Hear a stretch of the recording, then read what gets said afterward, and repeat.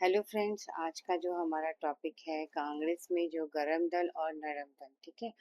तो ये जो समस्या थी ये स्वदेशी आंदोलन के टाइम से ही ये प्रॉब्लम क्रिएट हो रहा था, क्योंकि यहाँ पे कांग्रेस में जो है कि कई लोग कांग्रेस में विश्वास नहीं करते थे।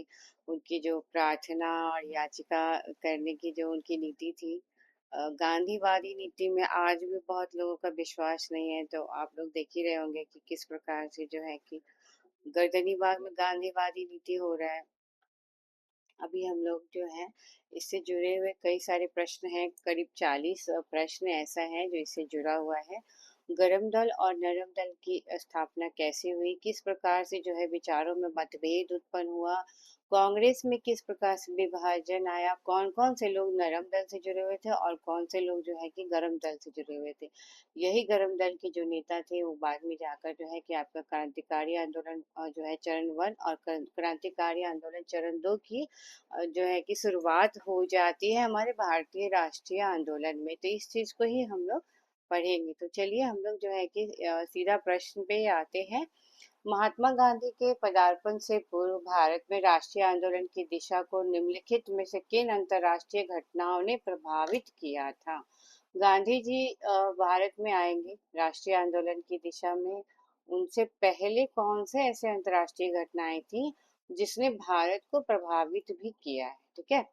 तो आपको सभी है, जैसे कि 1896 का इटली अबिसिनिया युद्ध हुआ था वो, चीन का बक्सर आंदोलन, आयरलैंड का क्रांतिकारी आंदोलन और रूस जापान के युद्ध में जापान का जो विजय हो गया था, इस वजह से भी जो है कई लोग जो है इससे प्रभावित हुए थे। ठीक है। और इस दिशा में जब गांधीवादी आंदोलन चल रहा था उसके पहले प्रथम इटली अबिसिनिया युद्ध हुआ था। इटली जैसी अपनी वैश्विक शक्ति पराजित हो गई थी 1895 1896 में। तो बाहर के जो घटनाएं हो रही थी बाहर में, इंडिया से बाहर जो युद्ध हो रहा था उससे किस प्रकार से लोग प्रभावित हो रहे थे। और ये चीज इतना ज्यादा प्रभाव डाला कि आपका कांग्रेस का ही जो है कि विभाजन हो गया, एक तरह से मतभेद उत्पन्न हो गया, दोनों के विचार अलग अलग हो गए, गरम दल और नरम दल के लोगों का। तो ये एक जो है बैकग्राउंड का काम किया है।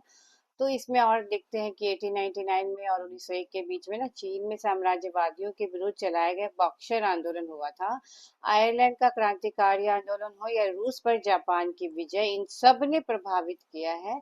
किंतु इनमें से 1905 में जो जापान के रूस पर विजय का सर्वाधिक प्रभाव पड़ा, जापान की रूस पर जो विजय हुई थी ये इसका सबसे ज्यादा प्रभाव पड़ा है। 1905 में जारशाही रूस को हराकर स्वयं को सैनिक दृष्टि से एक शक्तिशाली यूरोपीय देश के रूप में सिद्ध कर दिया था जापान ने। तो मतलब रूस का इतना ज्यादा वर्चस्व था, फिर भी रूस जो है जापान से हार गया था। और ये जो है इस मिथ्या भ्रम का निवारण हो गया कि गोरी जाति के लोग जो है अजय हैं, मतलब गोरी जाति के ही लोग जो है कि जीतेंगे और बाकी जो है कि नहीं जीतेंगे। तो ये आपका सेकंड नंबर क्वेश्चन। चलिए देखते हैं हम लोग। इसमें कह रहा है कि बताओ उदारवादी चरण जो है जो है कि शुरू कब हुआ। आधुनिक यूरोप की समृद्ध लोकतांत्रिक और वैज्ञानिक संस्कृति का समर्थन किया था। उदारवादी चरण जो पहला था आपका 1885 से 1905 का समय जो है उस समय। ठीक है। ब्रिटिश साम्राज्यवाद के आर्थिक पहलू की कड़ी आलोचना की थी। तो आपका इसमें आंसर दोनों है, क्योंकि जो उदारवादी चरण पहला था ना उसमें आधुनिक यूरोप की समृद्ध लोकतांत्रिक और वैज्ञानिक संस्कृति का समर्थन किया गया था। उदारवादी नेताओं ने संवैधानिक सुधार की बात की। जो उदारवादी लोग थे ना वो संविधान में विश्वास करते हैं, हम प्रार्थना करेंगे, हम अनशन करेंगे, हड़ताल करेंगे, जेल में जाएंगे, लाठी खाएंगे, इस टाइप का लोग। तो अभी भी हम लोग वही करते हैं, हिंसा का यहाँ पे कोई ये नहीं था। और जो गरम दल के नेता थे जो वो लोग उग्रवादी नेता लोग, वो लोग चाहते थे कि नहीं, मतलब जो है कि काम ऐसे नहीं चलेगा, इस तरह से है जो कि बहुत लंबा खिंचा रहा है, हमें कुछ दूसरा रास्ता अपनाना चाहिए। इस वजह से जो है कि आप सुनते होंगे कि लाहौर का जो संघर्ष हत्या हुआ भगत सिंह ये सब के द्वारा। तो वही सारी चीजें हम लोग आगे पढ़ेंगे। ठीक है।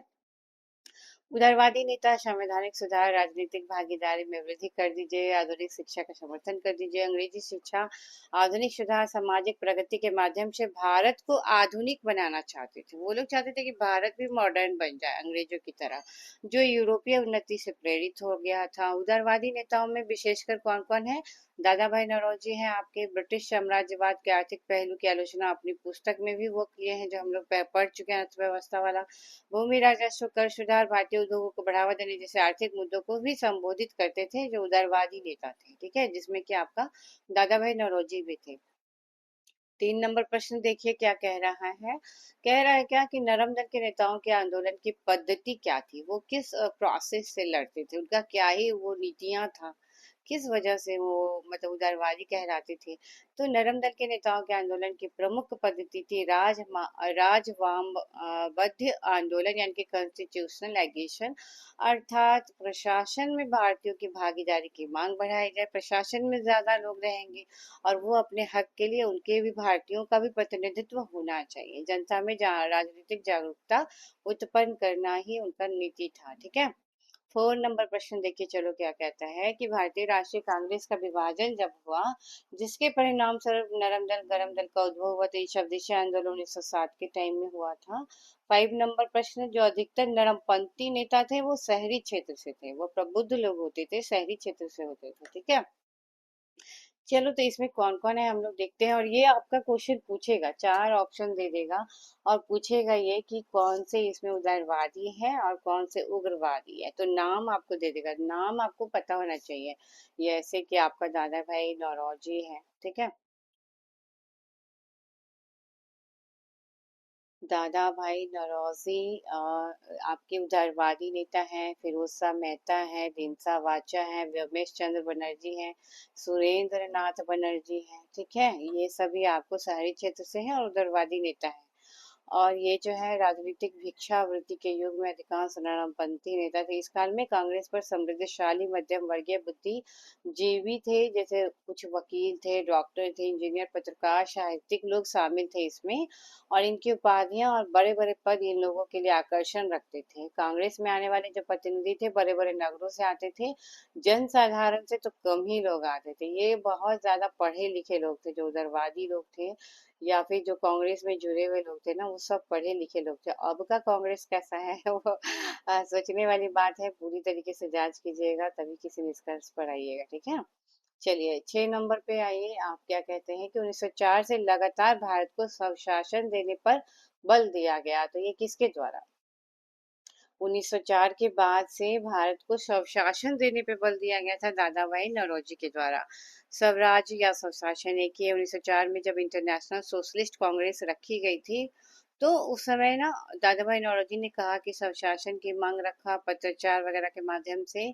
1905 का कांग्रेस का जो बनारस अधिवेशन हुआ था, उसमें स्वशासन की बात कही गई थी, सेल्फ गवर्नमेंट। ठीक है। 1906 में कांग्रेस अधिवेशन में अपने अध्यक्षीय भाषण में स्वराज की मांग रखी थी। तो ये लोग अपना स्वराज का मांग, उदारवादी नेता लोग रख रहे थे 1904 से ही वो चल रहे थे। बनारस अधिवेशन हो या 1906 का आपका कांग्रेस अधिवेशन जो हुआ था, उसमें स्वराज की मांग को रखा गया था। ठीक है। तो लास्टली आपको कहेगा कि स्वराज की मांग कब रखा गया, तो 1906 का कांग्रेस अधिवेशन में रखा गया था। 7 नंबर देखते हैं, निम्न में से कौन उग्रपंथी नहीं था। तो आपको इसमें जानना होगा कि गोपाल कृष्ण गोखले जो है उग्रपंथी नहीं थे, ये उदारवादी नेता थे। बाकी तो आपको नाम से ही मदन लाल पता ही है, उधम सिंह, बाल गंगाधर तिलक, इसके बारे में हम लोग जानते हैं। गोपाल कृष्ण गोखले उदारवादी नेता थे और ये मृदु न्यायप्रियता में विश्वास रखते थे, देश का पुनरुद्धार चाहते थे। देश का पुनरुद्धार उत्तेजना के बवंडरों में नहीं हो सकता। इनका ये विश्वास था कि हम बहुत ज्यादा जोश में आके, उत्तेजना में आके कुछ ऐसा बवंडर ना कर दे। ठीक है ना। तो वो चाहते थे कि बस धीरे धीरे आराम से चलते हैं, संवैधानिक रास्ता अपना के काम करते हैं। ठीक है ना। वे साधन और साध्य दोनों की पवित्रता में गोपाल कृष्ण गोखले विश्वास करते थे। 8वां नंबर प्रश्न क्या है आपका, उग्र राष्ट्रवाद के उल्लेखनीय नेताओं में से कौन नहीं था? तो ए गोपाल कृष्ण गोखले तो नहीं थे, बाकी बिपिन चंद्र पाल, जो हम लोग लाल बाल पाल पढ़ते हैं। उसके बाद लोकमान्य तिलक हम लोग जानते ही हो।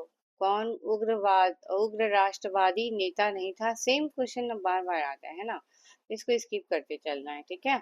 प्रार्थना याचना और विरोध की राजनीति करने का आरोप कांग्रेस पे लगाया गया था तिलक के द्वारा। तिलक ने कहा कि ये जो कांग्रेस है ना, ये प्रार्थना ही करता रह जाएगा, इसका कुछ भी नहीं चलने वाला है, ठीक है। तो 1906 के आसपास क्या हुआ, राजनीतिक भारतीय राजनीति में कांग्रेस के भीतर उग्रवादी विचारधारा का उभार स्पष्ट हुआ। जो सूरत अधिवेशन 1907 का हुआ था, ये हम लोग सभी जानते हैं। उस समय कांग्रेस का विभाजन हो गया था उग्रवाद और उदारवाद में, ठीक है। नरम दल और गरम दल के नेता इस तरह से यहाँ पे उद्भव हुआ।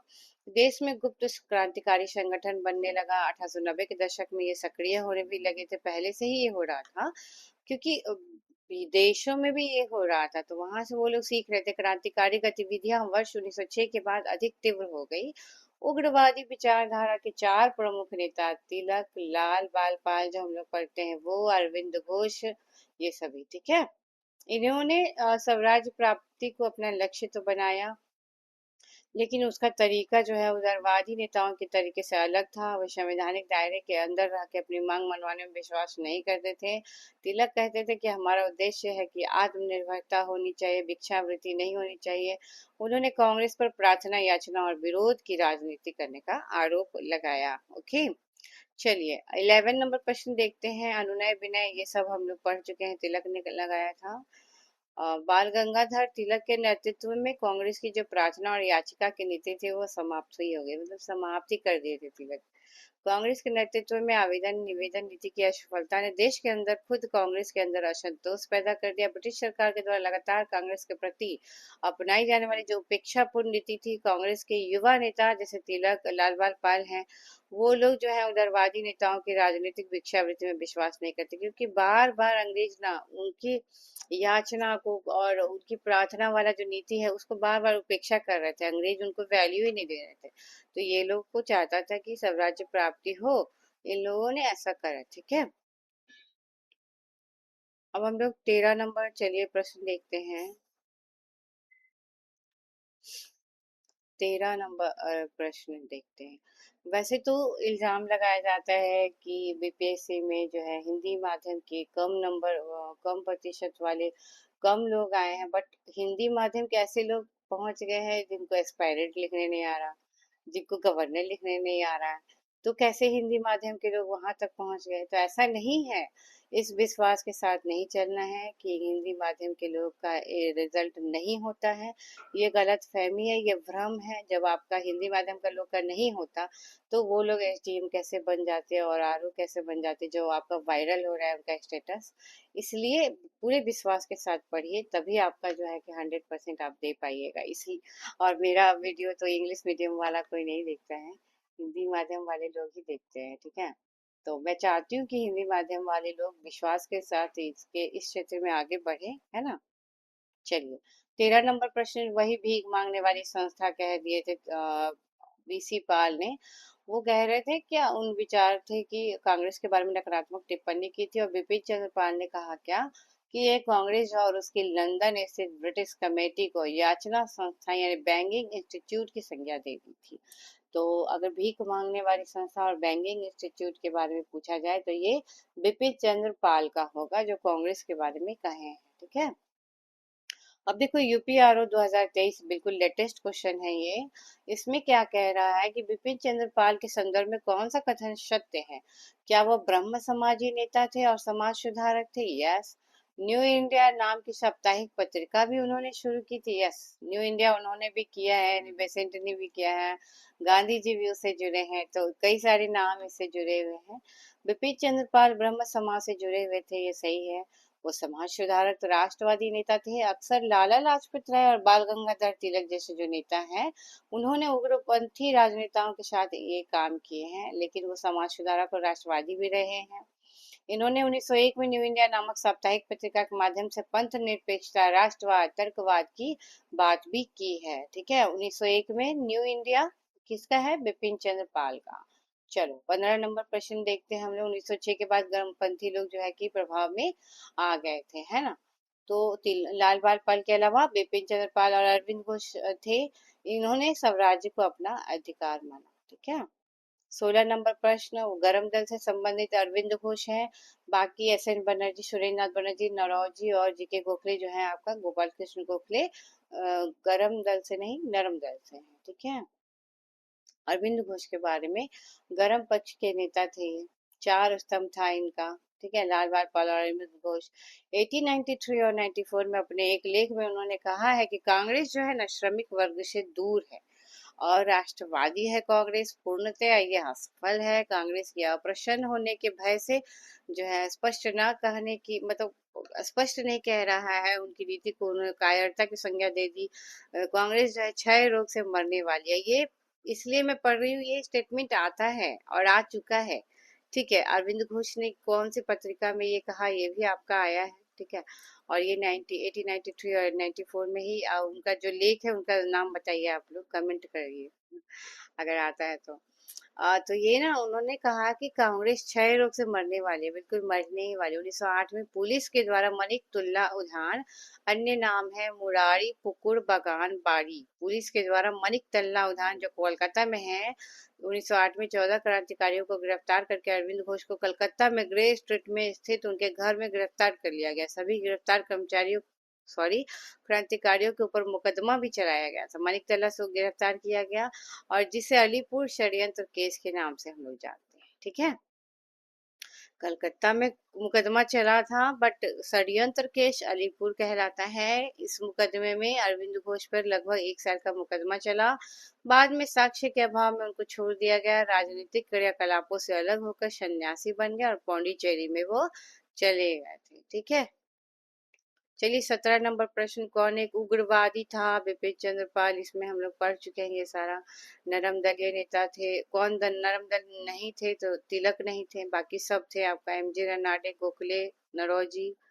शेरे पंजाब लाला लाजपत राय को कहा गया है। पंजाब जो है शेरे पंजाब भारतीय राष्ट्रीय कांग्रेस में गरम दल के नेता थे, पंजाब के प्रतिनिधि थे। इन्हें पंजाब केसरी भी कहा गया है। शेरे पंजाब या पंजाब केसरी लाला लाजपत राय को कहा गया है। 20 नंबर क्वेश्चन देखते हैं। भारतीय राष्ट्रीय कांग्रेस में उदारवादियों से जुड़ा हुआ कौन नहीं था? तो उदारवादी नेता एक ही नहीं थे, लाला लाजपत राय। बाकी तो आपका ऊपर हम लोग पढ़ते आ रहे हैं ना, स्किप करते हैं हम लोग एक ही क्वेश्चन जो है ना। लाला लाजपत राय ने अपने राजनीतिक गुरु मैजनी को मान लिया था। और लाला लाला लाजपत राय ने सुरेंद्रनाथ बनर्जी के भाषण संग्रह में से मेजनी पर लिखे उनके भाषण से प्रभावित हो गए और उन्होंने मेजनी को ही अपना राजनीतिक गुरु मान लिया था। सुरेंद्रनाथ बनर्जी का भाषण संग्रह में से मेजनी पर लिखा हुआ जो भाषण है, उनसे वो प्रभावित हो गए थे। बाद में उन्होंने मेजनी की उत्कृष्ट रचना है द ड्यूटीज ऑफ मैन का उर्दू में अनुवाद भी किया है। लाला लाजपत राय ने उर्दू में अनुवाद किया किसका? The the duties of man का। द ड्यूटीज ऑफ मैन क्या है? मेजनी के जो है उन्होंने मेजनी की उत्कृष्ट रचना द ड्यूटीज ऑफ मैन का उर्दू में अनुवाद किया लाला लाजपत राय ने। और मेजनी से वो प्रभावित थे, उनको अपना गुरु भी मानते थे वो, ठीक है। उनको अपना गुरु भी मानते थे वो, है ना। अब हम लोग ना 22 नंबर क्वेश्चन देखते हैं। 22 नंबर क्वेश्चन पर ये क्या है? उन्होंने मेजनी गैरिबाल्डी शिवाजी श्री कृष्ण की जीवनी लिखी है। तो ये लाला लाजपत राय के बारे में ही है। उन्होंने मेजनी की लिखी, गैरिबाल्डी की लिखी है, शिवाजी की लिखी है, श्री कृष्ण की जीवनी लिखी है। और वे अमेरिका में कुछ समय के लिए रहे तथा वे केंद्रीय सभा के सदस्य भी निर्वाचित हुए। अमेरिका में भी कुछ समय के लिए रहे और केंद्रीय सभा के सदस्य भी निर्वाचित हुए। और इन चारों की जीवनी भी इन्होंने लिखी है। पंजाब केसरी से प्रसिद्ध है। 1960 में राजनीतिक सक्रियता के कारण उन्हें मांडले निर्वासित भी कर दिया गया, लेकिन कुछ महीने बाद उन्हें फिर वापस लौटने की अनुमति दे दी गई। लाला लाजपत राय संयुक्त राज्य अमेरिका की यात्रा की है और कुछ समय वहां भी रहे। राजनीतिज्ञ के साथ वो यशस्वी लेखक भी थे। पहले के लोग कितने प्रभावशाली होते थे, अब क्या कोई लिखेगा? अब तो रील्स बनाने से ही टाइम नहीं मिल रहा है। मोबाइल में ही लगे पड़े हैं दिन भर, मोबाइल लैपटॉप। लिखने का अपना तो किताब पढ़ ही नहीं रहे तो लिखेंगे क्या? और ऐसे भी लोग हैं, मतलब चौपट हो रहा है पूरा दुनिया मोबाइल के चक्कर में। तो मैं सिर्फ पढ़ने के लिए यूज करती हूँ, मेरे ऊपर मत बोलो। श्री कृष्ण, शिवाजी, दयानंद सरस्वती, मैजनी, गैरिबाल्डी, तो ये सभी जो है इनकी जीवनियां भी इन्होंने लिखी है। श्री कृष्ण, शिवाजी, दयानंद सरस्वती, मैजनी और गैरिबाल्डी। तो भगवान कृष्ण के अलावा शिवाजी और ये सभी, ठीक है। अनहैप्पी इंडिया लाला लाजपत राय का है। The story of my deportation Lala Lajpat Rai का है। 1907 में निर्वासित कर दिया गया, बाद में आ गए वो। अमेरिका में भी यात्रा किए हैं, कुछ दिन प्रवास किए हैं, ओजस्वी लेखक भी हैं और स्वतंत्रता सेनानी भी हैं, उग्रवादी नेता भी हैं। ठीक है, तो चलिए इसमें हम लोग आगे पढ़ेंगे लाला लाजपत राय का क्या ही योगदान था। 23 नंबर प्रश्न क्या है, कांग्रेस सम्मेलन को शिक्षित भारतीयों का वार्षिक राष्ट्रीय मेला किसने कहा? लाला लाजपत राय ने। ये शिक्षित भारतीय है जिनको राष्ट्रीय मेला सिर्फ लगाते हैं वो वार्षिक रूप से। तो निम्न में से कौन मध्यम मार्गी नहीं था? तो बाल गंगाधर तिलक मध्यम मार्ग नहीं थे, उनको मध्यम मार्ग नहीं चाहिए, आर या पार का काम कीजिए। ठीक है, तो ये इस तरह से उग्रवादी नेता थे, मध्यम मार्गी नहीं थे। उदारवादी या मध्यम मार्गी कहते थे हम लोग उदारवादियों को। उग्रवादी, राष्ट्रवादी, उग्रवादी लोग जो है या गरमपंथी लोग जो है उसमें आपका लाल बाल पाल और अरविंद घोष आएंगे। ठीक है, चलिए 25 नंबर प्रश्न, कौन एक जो है स्वदेशी के समर्थक थे? तो अरविंद घोष जो है ना वो स्वदेशी का समर्थक थे।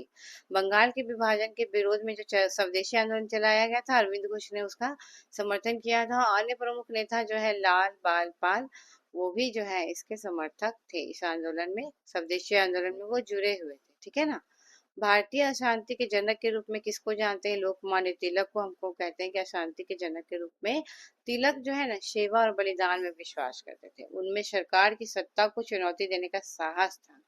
उन्हें यह उन्हीं के प्रयत्नों का परिणाम था कि कांग्रेस सरकार की प्रशंसा करने वाली संस्था से बदलकर सरकार की आलोचक संस्था बन गई है। ठीक है।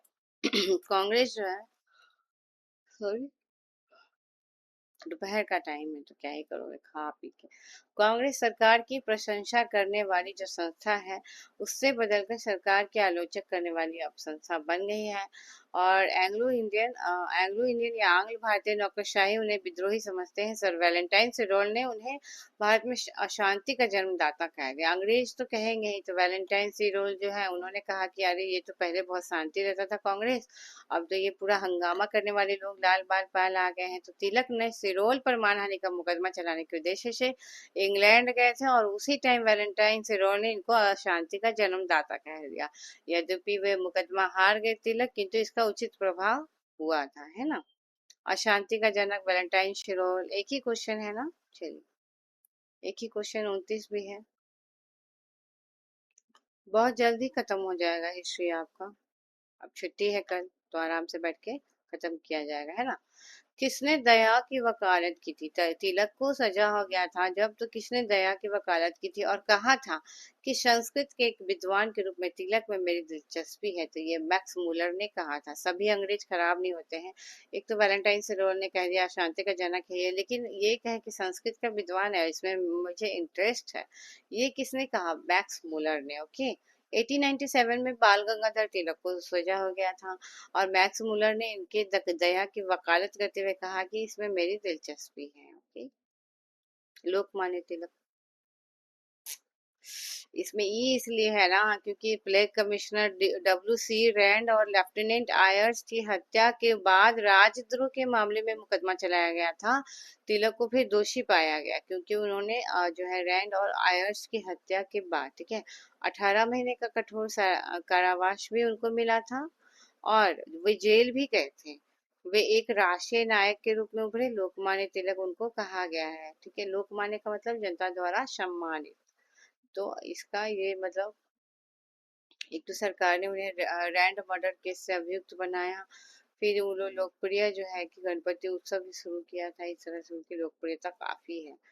32 नंबर प्रश्न, 1908 में 6 वर्ष की कारावास की सजा मिली थी स्वतंत्रता संग्राम के किस उग्रवादी नेता को? तिलक, जो हम लोग ऊपर पढ़े हैं।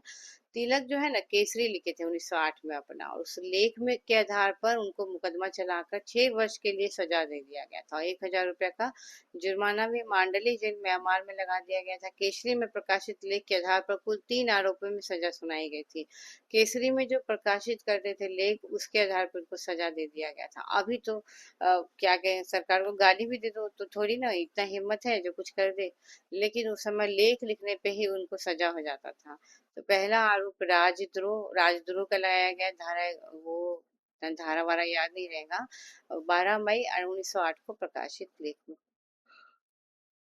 दूसरा देखिए क्या है, सेकंड नंबर पे 9 जून को तीन आरोप राजद्रोह का ही लगाया गया था और कहा कि वो राजद्रोह लिख रहे हैं अपने लेख में, केसरी में, है ना। तो इस तरह से उनको सजा दी गई थी। 33 नंबर देखिए, 1960 में बाल गंगाधर तिलक को 6 वर्ष की सजा हो गई। 34 नंबर प्रश्न देखिए क्या कह रहा है। भारत के स्वतंत्रता आंदोलन के प्रारंभिक दौर में उग्रवादी विचारधारा को निम्नलिखित में से कौन सा एक निरूपित करता है? बी, संवैधानिक साधन और याचिका के स्थान पर आक्रामक साधनों से स्वशासन प्राप्त करना। उग्रवादी विचारधारा यही था, हमको अब आक्रामक रूप से लेना है, मतलब याचिका और प्रार्थना और संविधान के बलबूते नहीं बैठे रहना है, ये चाहते थे। वह स्वराज का अर्थ क्या था? विदेशी नियंत्रण से हमको पूर्ण स्वतंत्रता दे दीजिए। जबकि उदारवादी दल के नेता के लिए स्वराज का अर्थ था साम्राज्य के अंदर औपनिवेशिक स्वशासन दे दीजिए। ठीक है, मतलब अपना स्वशासन होना चाहिए। ये थे 1904 में दादा भाई नौरोजी ने 1904 से ही शुरू किया। 1906 में पहली बार रखा गया था। लेकिन ये इन लोगों के लिए स्वराज अलग था। इन ये चाहते थे कि विदेशी नियंत्रण से हमको पूरी तरीके से छुट्टी करो।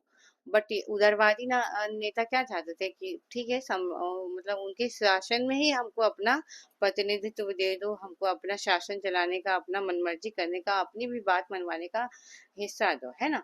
तो वो पूरी तरीके से खत्म करने की बात नहीं कर रहे थे। ये पूर्ण स्वराज वाला जो मैटर है, ये 1929 में आपका आएगा, हम लोग आगे पढ़ेंगे। ठीक है, भारतीय मुसलमान सामान्य रूप से उग्रवादी आंदोलन की ओर आकर्षित नहीं हुए।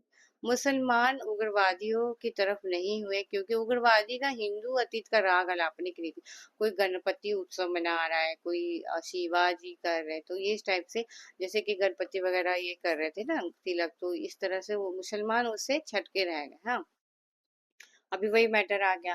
वंदे मातरम पे इतना हंगामा हो रहा है, उसमें दुर्गा का नाम आ रहा है, काली का नाम आ रहा है, हम पूरा वंदे मातरम नहीं गाएंगे।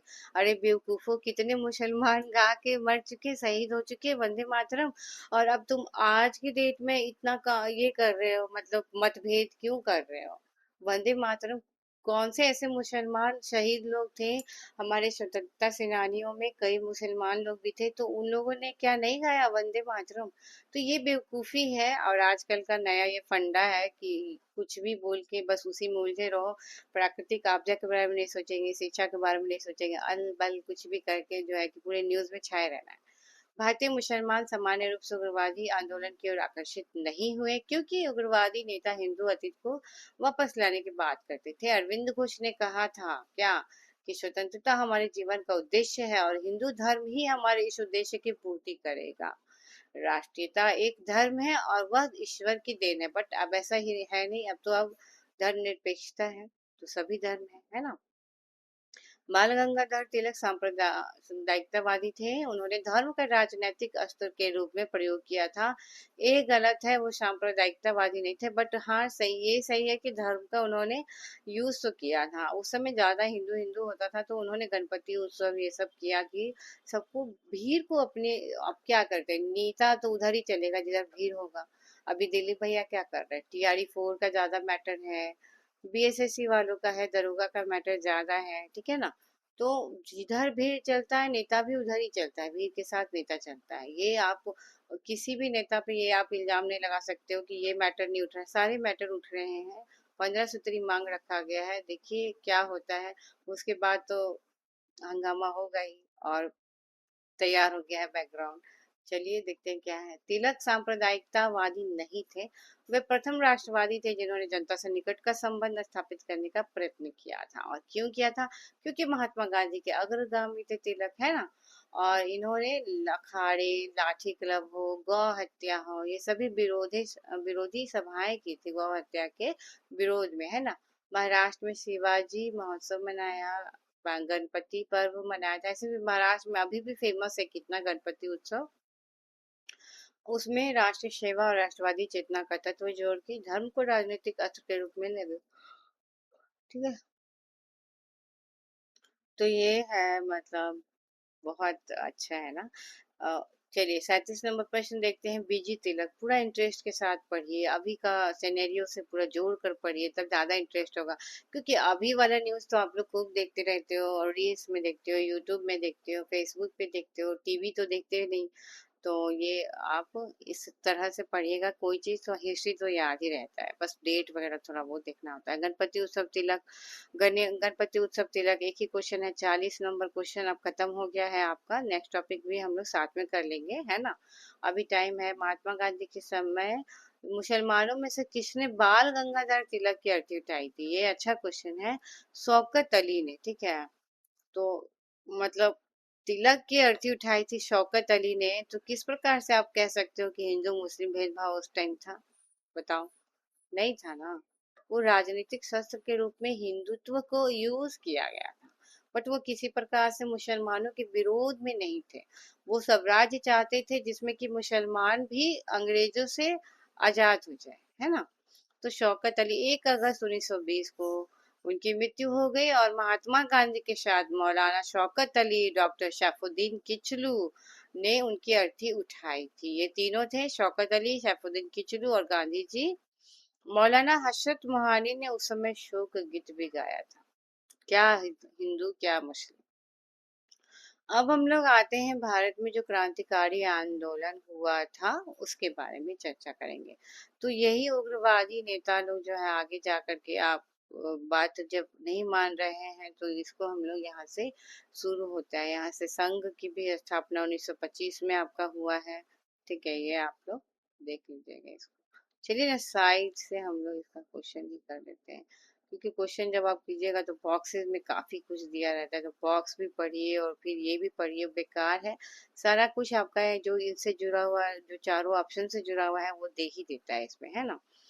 तो आपका पहला क्वेश्चन क्या है कि एक गुप्त समाज था जो अभिनव भारत का गठन किया गया था बीडी सावरकर के द्वारा 1904 में किया गया था, जब स्वराज का मांग चलने लगा था। उस समय दादाभाई नौरोजी के टाइम में स्थान था नासिक, महाराष्ट्र। अभिनव भारत नासिक में।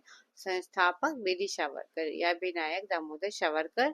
1899 में उन्होंने मित्र मेला का किया था, बाद में एक गुप्त सभा अभिनव भारत में परिवर्तित हो गया। यही मित्र मेला जो है नाम चेंज होकर 1904 में एक गुप्त सभा बन गया, और अभिनव भारत 1904 में अभिनव भारत, और 1899 में क्या, मित्र मेला। ठीक है। चलिए, एक ही क्वेश्चन एक ही क्वेश्चन है। मित्र मेला बीडी सावरकर। चौथा नंबर भी आपका अभिनव भारत महाराष्ट्र में नासिक में हुआ था, हम लोग पहले पढ़ चुके हैं, परंतु इसे वर्ष 1904 में संगठित किया गया था। अभिनव भारत सोसाइटी बीडी सावरकर के द्वारा हुआ था, 1904 में संगठित हुआ था। चलिए, 5 नंबर प्रश्न, वही एक ही क्वेश्चन है ना, Abhinav Bharat B D Savarkar. 6 number question एक ही है आपका, गुप्त संगठन अभिनव भारत बीडी सावरकर। पूरा एक ही क्वेश्चन दिया रहता है, घटना चक्र, इसलिए दोबारा कभी मत पढ़िएगा, अभी ही नोट्स बनाते चलिए। जो आपको नहीं आ रहा है या जो क्वेश्चन नया आपको लग रहा है, इसमें 2025 का भी प्रश्न है, ठीक है। 1906 में लंदन में अभिनव भारत सोसाइटी की स्थापना किसने की थी? अब लंदन का बात आ गया, अभिनव भारत सोसाइटी बीडी सावरकर। तो खाना खाने के बाद तो ऐसे भी 1906 में ना लंदन में पहुंचने के बाद बीडी सावरकर ने अभिनव भारत सोसाइटी की एक शाखा लंदन पहुंचने के बाद वहां भी स्थापित की थी। अभिनव भारत सोसाइटी के तौर पर 1906 में फ्री इंडिया सोसाइटी का गठन भी हुआ था। 1906 में फ्री इंडिया सोसाइटी, ठीक है। भारत के विभिन्न भागों से आए युवाओं को संगठित करने के लिए लंदन में जो है एक साथ ला सके, इसलिए फ्री इंडिया सोसाइटी से जुड़े हुए युवाओं को गौर से निरीक्षण भी दिया जाता था। उसके उपरांत उन्हें अभिनव भारत के केंद्रीय समूह में स्थान मिलता था।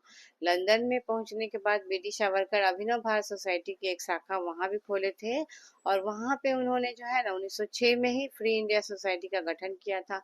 यहाँ पे उनको ट्रेनिंग दिया जाता था, युवाओं को ट्रेनिंग वगैरह मिल जाता था, तो अभिनव भारत में उनको ले लिया जाता था। ट्रेनिंग हो जाएगा उसके बाद ही उसमें लिया जाता था, और ये संगठन तैयार हो रहा था। क्यों?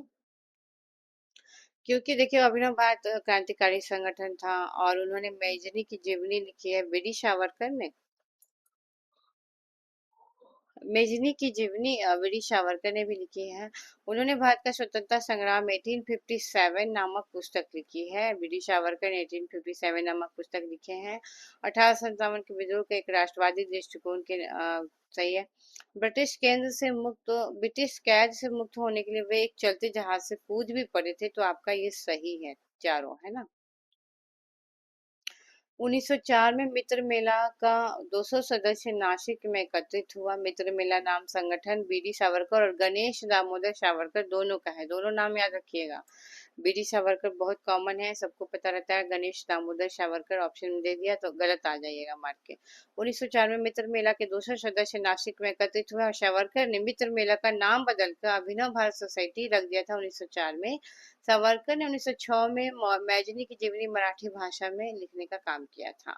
उन्होंने भारत को स्वतंत्रता संग्राम 1857 नामक पुस्तक भी लिखी थी। सावरकर को इंग्लैंड में भारत एसएस मोरिया नामक जहाज से लाया जा रहा था। सावरकर इंग्लैंड में मोरिया नामक जहाज से आए थे।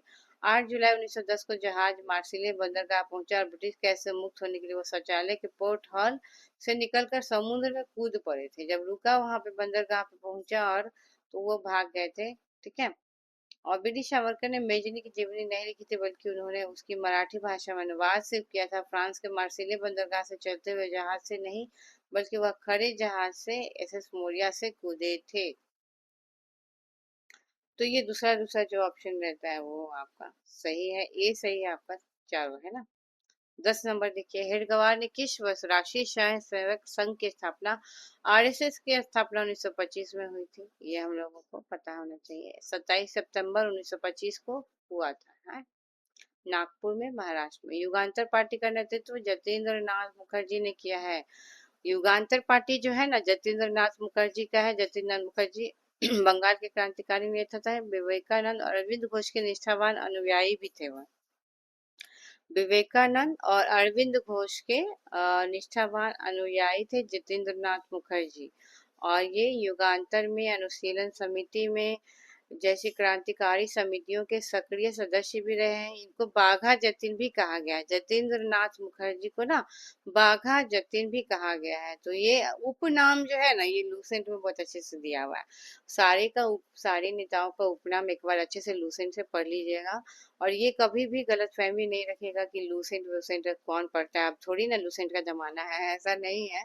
और जो भी प्रश्न हम लोग देख रहे हैं वो लूसेंट का ही मैक्सिमम है, चाहे वो 2023-24 का ही क्यों ना हो। तो इसको आप लोग थोड़ा सा देखिएगा जरूर। तो ये आपका युगांतर पार्टी जो है जतेंद्र नाथ मुखर्जी, ये याद रखिएगा। और यहाँ से आपका प्रश्न आएगा, युगांतर पार्टी का नेतृत्व किए थे जतेंद्र नाथ मुखर्जी ने। 1879 से 1915 तक बंगाल के क्रांतिकारी नेता थे।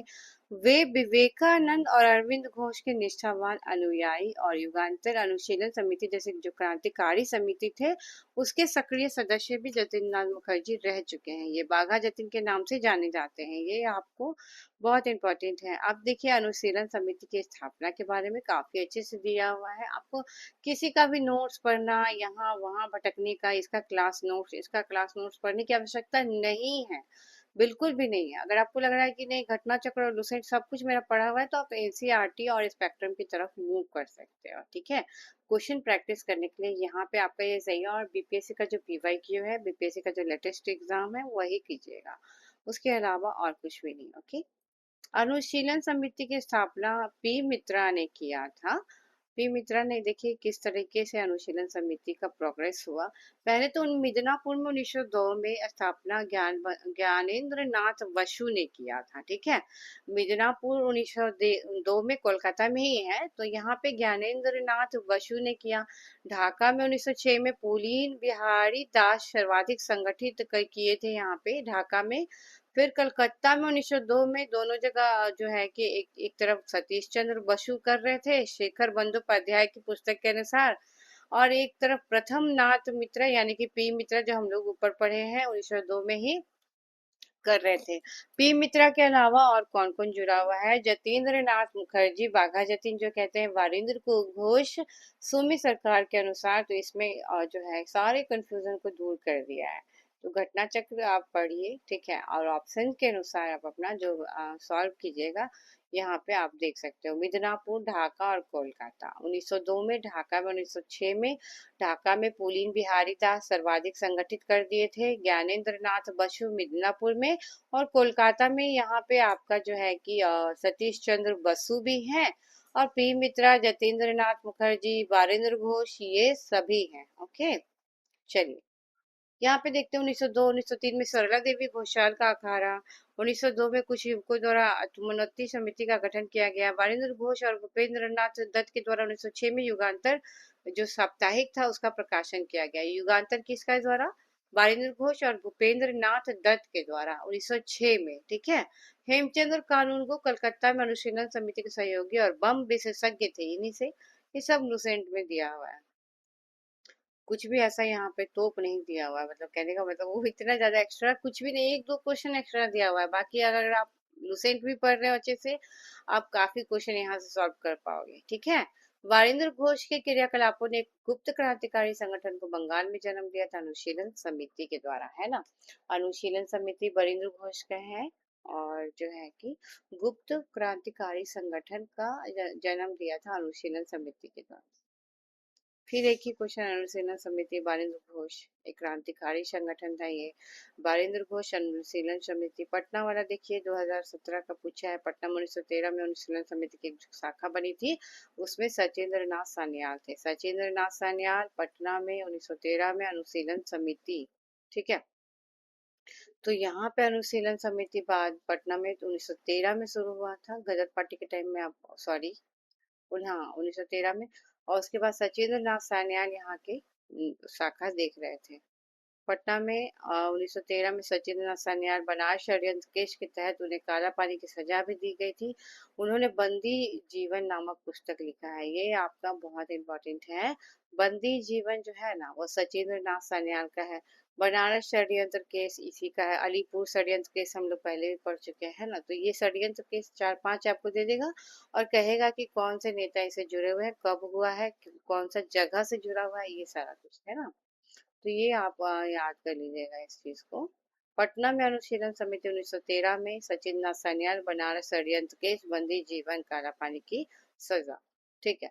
अब 1913 में अनुशीलन समिति सचिन नाथ सान्याल तिलक को लोकमान्य विशेषज्ञ कब कहा गया है? क्रांतिकारी आंदोलन के टाइम में, और तिलक के बारे में हम लोग पहले भी पढ़ चुके हैं, ऊपर वाला कई सारे धारा वगैरह लगाया था, धारा लगाया गया। चलिए 20 नंबर क्वेश्चन, स्वतंत्रता आंदोलन के क्रांतिकारी आतंकवादियों का पहला महत्वपूर्ण साहसिक कार्य बर्रा डकैती का स्थान क्या था? बर्रा डकैती कहाँ हुआ था? पूर्वी बंगाल में। 1908 में जब बर्रा डकैती हुआ था पूर्वी बंगाल में हुआ था। बर्रा डकैती ढाका अनुशीलन समिति से संबंधित मानी जाती है। जो पूर्वी बंगाल है वो बांग्लादेश की तरफ चला गया, तो ढाका वहां पे था। ढाका अनुशीलन समिति बर्रा डकैती का स्थान था। और पुलिन बिहारी दास को यहाँ पे हम लोग 1906 में पुलिन बिहारी दास ने वहाँ पे काफी संगठित किया था। तो पुलिन बिहारी दास को इसका जो है आयोजक माना गया, किंतु उन्होंने प्रत्यक्ष रूप से इस डकैती का नेतृत्व नहीं किया था, उन्होंने वहाँ पे संगठित करने में हेल्प किया था, ठीक है। 21 देखते हैं, मुजफ्फरपुर में किंग्स फोर्ट की हत्या का प्रयास कब किया गया? 1908 में किया गया। 1908 में ही बर्रा डकैती है और 1908 में ही मुजफ्फरपुर में किंग्स फोर्ट की हत्या का प्रयास भी किया गया, जिसमें खुदीराम बोस को फांसी सबसे कम उम्र में दी गई थी। बर्रा डकैती पूर्वी बंगाल याद रखिएगा। और यहाँ पे पुलिन बिहारी दास, पुलिन पूर्वी बिहार, सॉरी पुलिन याद रखिएगा और पूर्वी बंगाल याद रखिएगा। पुलिन पूर्वी बंगाल, पुलिन पूर्वी बंगाल। बच्चा लोग को ऐसे ही याद करवाते हैं जब ट्यूशन पढ़ाते हैं, तो इस तरीके से ना याद हो जाएगा आपको, है ना। 30 अप्रैल को 1908 को बिहार के मुजफ्फरपुर में खुदीराम बोस प्रफुल्ल चाकी ने किंग्सफोर्ड की हत्या कर दी। जिस गाड़ी को किंग्सफोर्ड की गाड़ी समझकर बम फेंके, उसमें राष्ट्रीय आंदोलन से हमदर्दी रखने वाले बेचारे मिस्टर कैनेडी की पत्नी और पुत्री थी। तो जो गलती से दूसरे गाड़ी पर फेंक दिया, फेंकना था किंग्सफोर्ड का गाड़ी पे, और उन्होंने मिस्टर कैनेडी के गाड़ी पे फेंक दिया। और मुजफ्फरपुर में खुदीराम बोस और प्रफुल्ल चाकी ने जो है किंग्सफोर्ड की हत्या के ये में किया था, मतलब भ्रमवश उन्होंने दूसरी जगह पे फेंक दिया। इस घटना में उनकी मृत्यु हो गई। प्रफुल्ल चाकी ने पुलिस से बचने के लिए आत्महत्या कर ली। खुदीराम बोस को तो फांसी दे दी गई थी और प्रफुल्ल चाकी ने सुसाइड कर ली। खुदीराम बोस जो है मुजफ्फरपुर, मुजफ्फरपुर प्रफुल्ल चाकी। 24 नंबर प्रश्न, अलीपुर षड्यंत्र केस के मामले में अरविंद घोष का बचाव किए थे चितरंजन दास। अलीपुर षड्यंत्र केस हम लोग पढ़ चुके हैं 1908 वाला, है ना। अरविंद घोष और उनके भाई है वारिंद्र घोष, उन्होंने 39 लोगों को अवैध हथियार गोला बारूद आदि रखने का आरोप में अभियुक्त बना लिया। 39 अभियुक्तों में से एक सरकारी गवाह थे नरेंद्र नाथ गोसाई। ठीक है, तो ये जो और अलीपुर षड्यंत्र मामला 1908 वाला है ना, अरविंद घोष और बारिंद्र घोष के साथ जो है, और कई सारे लोगों को गिरफ्तार किया गया सबसे पहले, और फिर उनके अवैध हथियार, गोला बारूद, ये सब के आरोप में उनको कैदी बना लिया गया। तो उनका एक सरकारी गवाह, मतलब भारतीय ही भारतीयों का ये कर रहे थे, नरेंद्र नाथ गोसाई की हत्या कन्हैया लाल दत्त और सत्येंद्र नाथ बोस ने मुकदमा प्रारंभ होने से पहले ही कर दी थी। तो 39 अभियुक्तों में से एक सरकारी गवाह बन गया, सोचा कि हम बच जाएंगे। लेकिन यही नरेंद्र नाथ गोसाई जो सरकारी गवाह बन गया था अंग्रेजों के लिए, अच्छा बन गया था, तो उनको उसकी हत्या कन्हैया लाल दत्त और सत्येंद्र नाथ बोस, बंगाली लोग, कितना क्रांतिकारी था।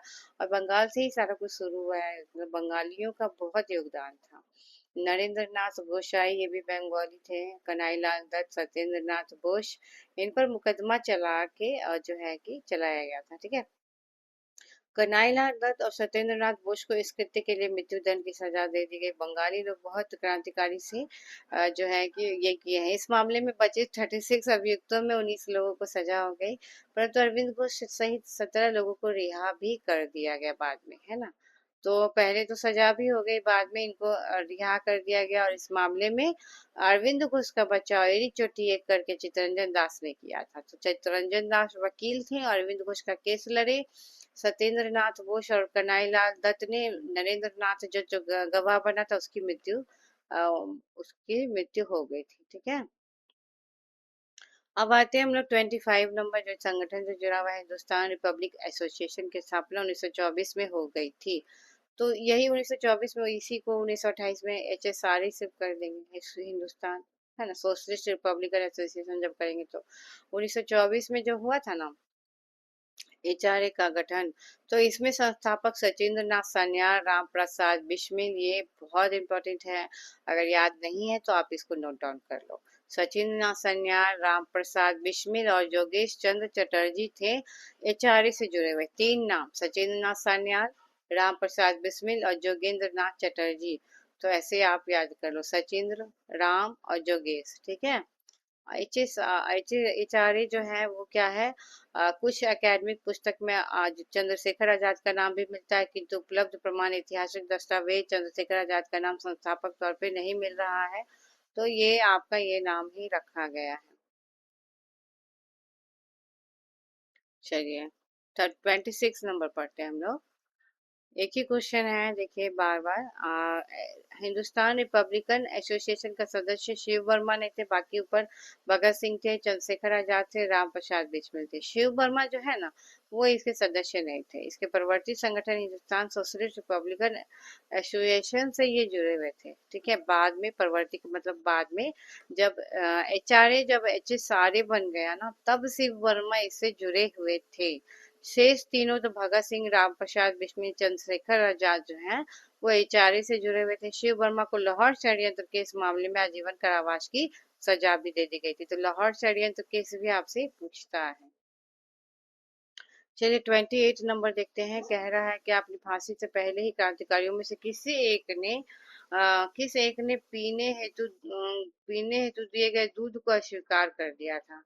दूध को, या अब मैं केवल अपनी माँ का दूध लूंगा, ये राम प्रसाद बिस्मिल ने कहा है।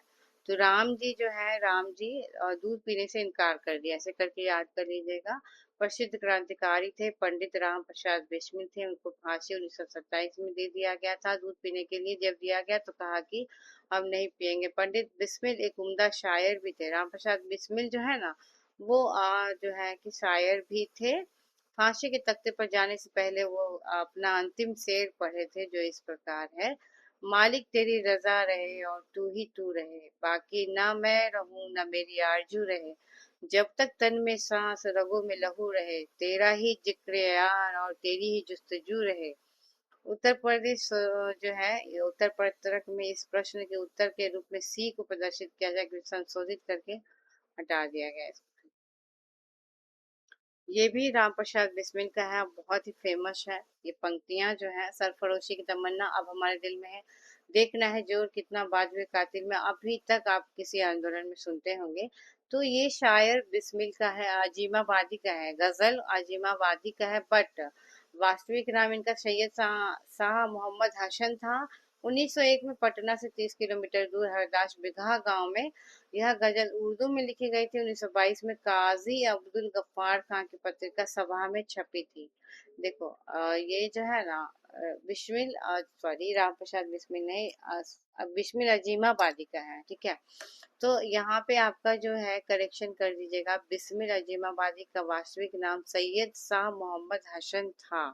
ये आपको पूछ सकता है, सैयद शाह मोहम्मद हसन अजीमाबादी का नाम था और उन्होंने ये गजल उर्दू में लिखा था। बाद में 1922 में काजी अब्दुल गफ्फार खान की पत्रिका सबा में छपा था। काजी अब्दुल गफ्फार खान का पत्रिका सबा है, उसमें भी ये छपा था, ठीक है।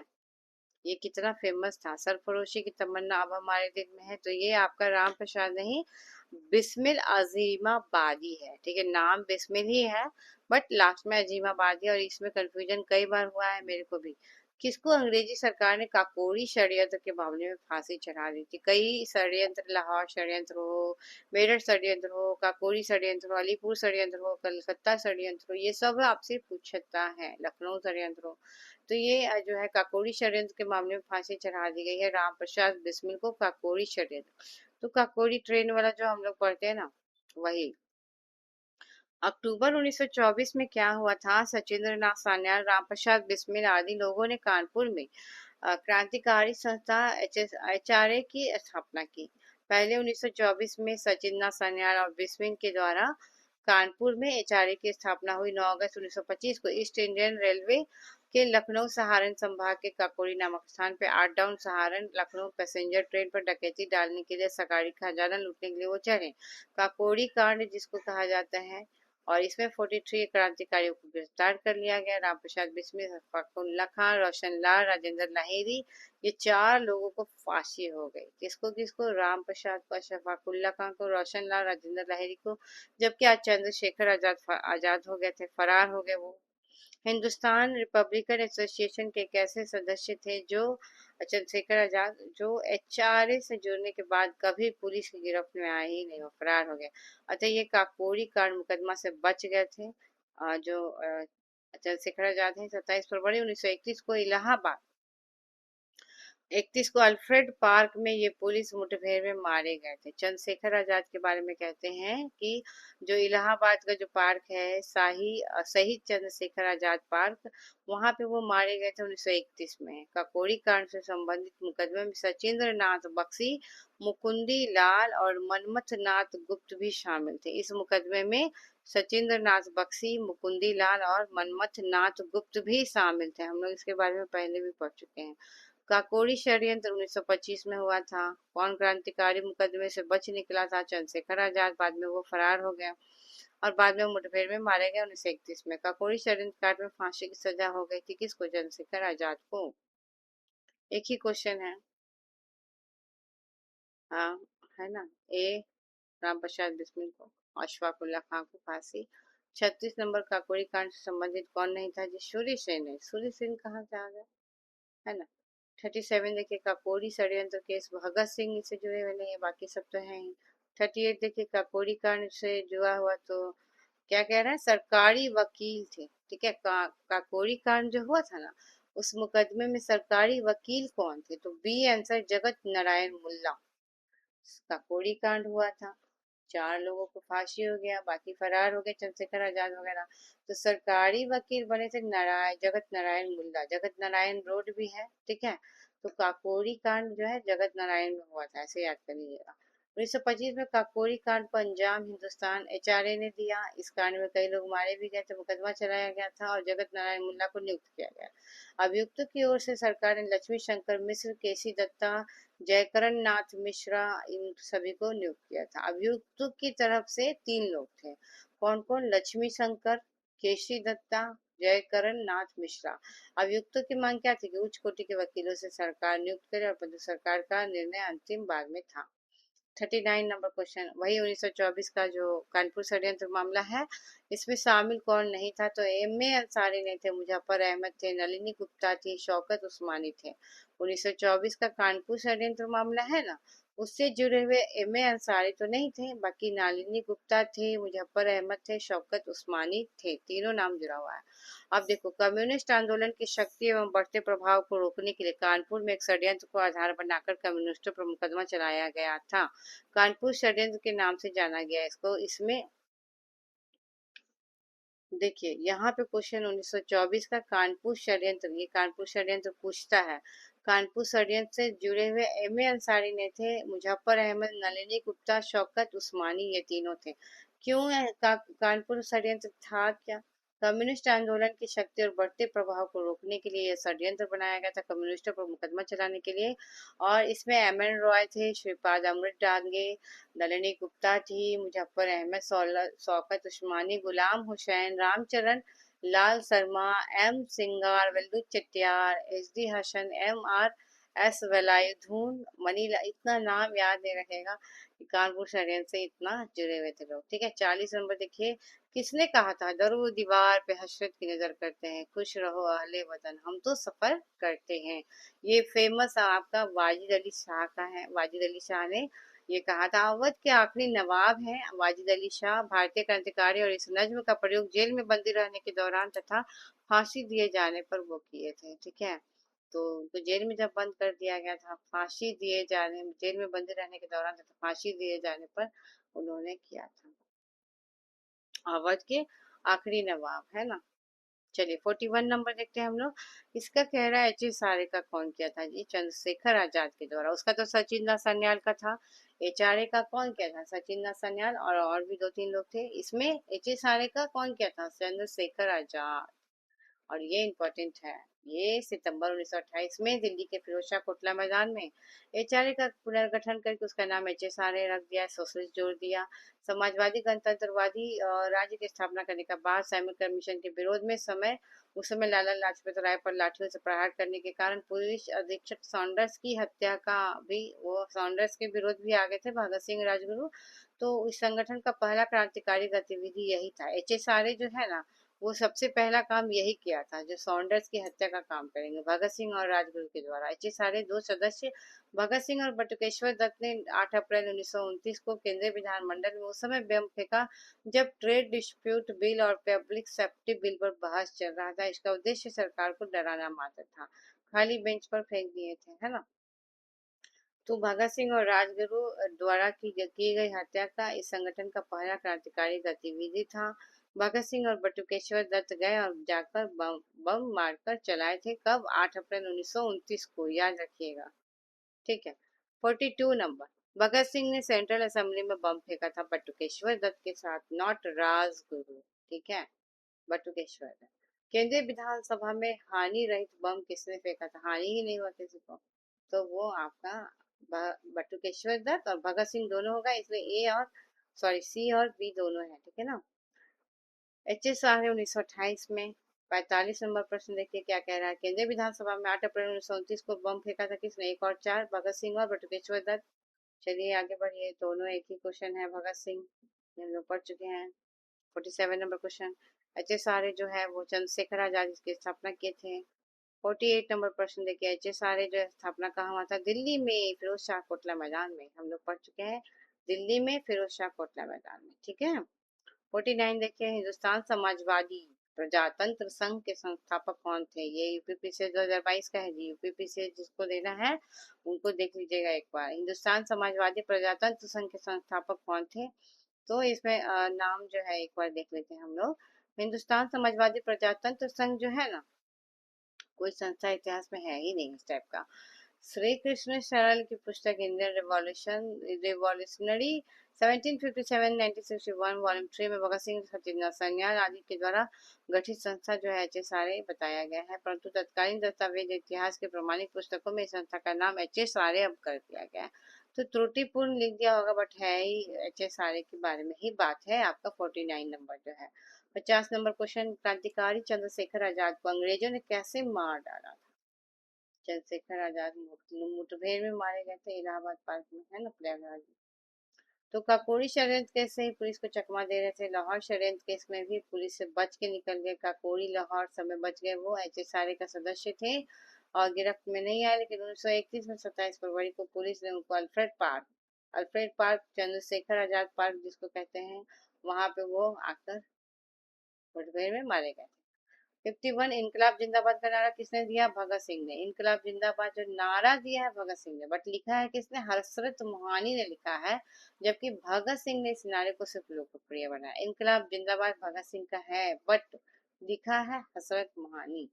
ठीक है, इनकलाब जिंदाबाद भगत सिंह, इनकलाब जिंदाबाद भगत सिंह, एक ही क्वेश्चन है बार बार, है ना। 54 में देखिए सरकार ने विरोध में असेंबली में बम फेंकने के समय भगत सिंह की उम्र उस समय क्या थी? 21 साल से थोड़ा ज्यादा। ये भी क्वेश्चन बीपीएससी पूछ चुका है। अरे उम्र से क्या लेना देना है यार, 21 साल से थोड़ा ज्यादा थोड़ा कम। अब किसी को 21 साल याद रहेगा, तो ये सब छाटने के लिए इस टाइप का क्वेश्चन लाता है, ठीक है ना। तो उनका जन्म सितंबर 1960 में भगत सिंह का हुआ, ये हम लोग को पता होना चाहिए। भगत सिंह का 1960 में जन्म हुआ, जब सूरत विभाजन हो रहा था उस समय भगत सिंह का जन्म ही हुआ था। भगत सिंह और बटुकेश्वर दत्त 8 अप्रैल 1929 को केंद्रीय विधानसभा में बम फेंके। बम फेंकने के बाद भगत सिंह की उम्र 21 वर्ष थी। सुखदेव, भगत सिंह और राजगुरु को किस वर्ष फांसी देगी? सबसे ब्लैक डे था वो, 23 मार्च को 1931 को फांसी दे दिया गया था उन तीनों को। ठीक है, मतलब 8 अप्रैल 1929 को फांसी जो है कि दिया गया था। इसको भगत सिंह और उनके सहयोगियों पर जो मुकदमा चला रहा था उसको लाहौर षड्यंत्र केस कहते हैं। भगत सिंह का स्मारक कहाँ है जी? फिरोजपुर में है। फिरोजपुर में शहीद भगत सिंह का स्मारक है, जहाँ प्रतिवर्ष 23 मार्च को हजारों लोग श्रद्धांजलि भी करते हैं। लाहौर षड्यंत्र का कांड जो हुआ है, इसमें किस क्रांतिकारी को फांसी नहीं हुई है? तो बटुकेश्वर दत्त को फांसी नहीं हुई, सुखदेव को हुई, राजगुरु को हुई, भगत सिंह को हुई, भगत सिंह और सुखदेव को और राजगुरु को हुई थी, ठीक है।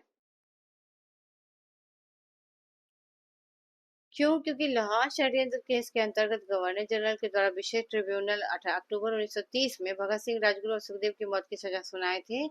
31 में भारत माँ के इन अमर सपूतों को फांसी दे दी गई थी। 23 मार्च 1931 को बटुकेश्वर दत्त को तो काली पानी का ही सजा दे दिया गया था, और शेल्यूनर जे जो अंडमान है वहां भेज दिया गया था, ठीक है। 58 नंबर, चलो क्वेश्चन देखते हैं। भगत सिंह, सुखदेव और राजगुरु को किस बाद में फांसी की सजा दी गई थी? तो लाहौर षड्यंत्र केस जो हुआ था, जिसमें सॉन्डर्स की हत्या का बात हुआ था ना, उसमें इन तीनों को दिया गया था। ठीक है, 23 मार्च को तीनों को दे दिया गया था।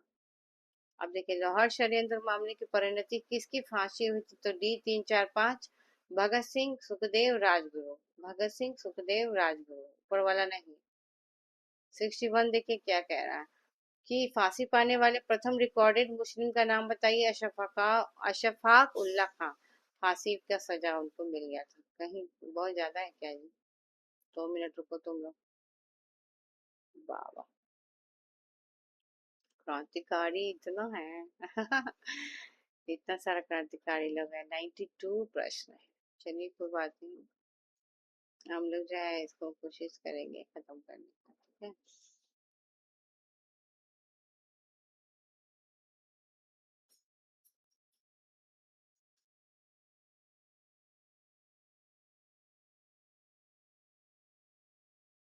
देखिए आगे ना मिलाने वाला हर शरीर। तो ये हम लोग जो है कि हम्म,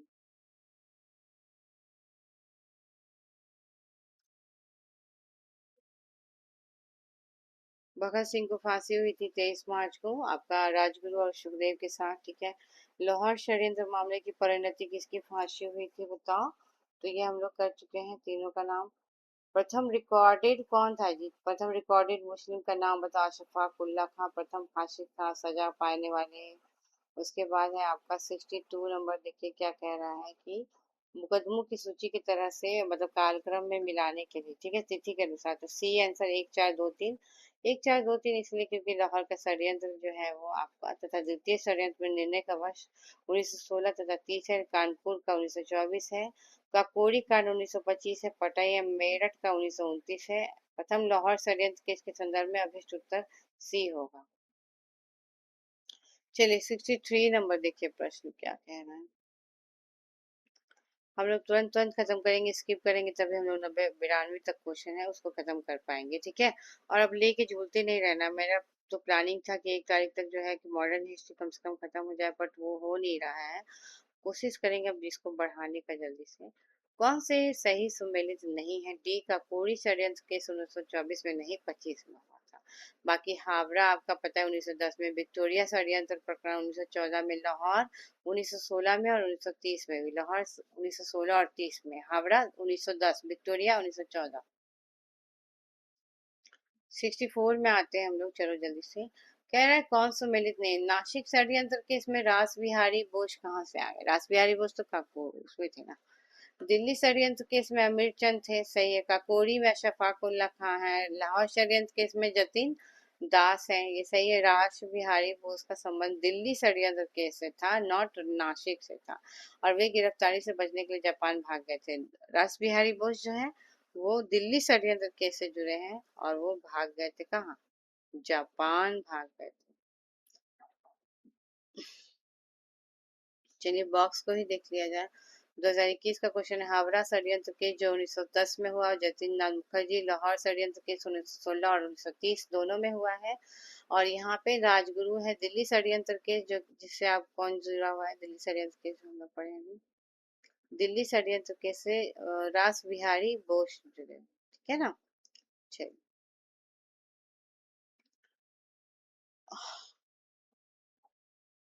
अरविंद घोष अलीपुर षड्यंत्र केस जिसका चितरंजन दास लड़े थे। दिल्ली षड्यंत्र केस मास्टर अमीचंद जुड़े हुए, ये तो आप लोग को पता होगा। मोहम्मद अहमद ऐसे डांगी शौकत उस्मानी नलिनी गुप्ता की षड्यंत्र से जुड़ी है, तो कानपुर कानपुर षड्यंत्र केस से ये चारों नाम जुड़ा हुआ है। मोहम्मद अहमद ऐसे डांगी शौकत उस्मानी नलिनी गुप्ता।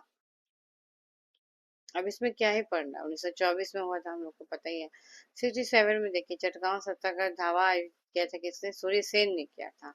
किसने प्रसिद्ध चटगांव शास्त्रागार धावा किया था? तो ये सूर्य सेन के द्वारा किया था। इसको मास्टर दा भी कहते हैं। सूर्य सेन बंगाल की इंडियन रिपब्लिकन आर्मी की स्थापना भी किए हैं। बंगाल में इंडियन रिपब्लिकन आर्मी की स्थापना की अनंत सिंह, अंबिका चक्रवर्ती, लोकीनाथ, प्रीतिलता वादेधर, गणेश घोष, कल्पना दत्त, आनंद घोष, टेबरा, ये सब इतना नाम सूर्य सेन ने चटगांव को स्वतंत्र घोषित किया 1930 में, ठीक है। 68 चटगांव सत्याग्रह ढावे जो है ना, वो सूर्य सेन किया था। एक ही क्वेश्चन है, सूर्य सेन है ना। सॉरी, कहीं ज्यादा ही ऊपर चला गया।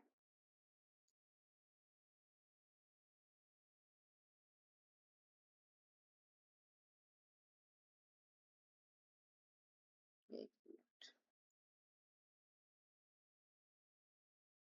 ये जो 67 नंबर आपका जो प्रश्न है, ठीक है, तो ये 66 नंबर जो प्रश्न है कानपुर वाला आप लोग पढ़ चुके हैं।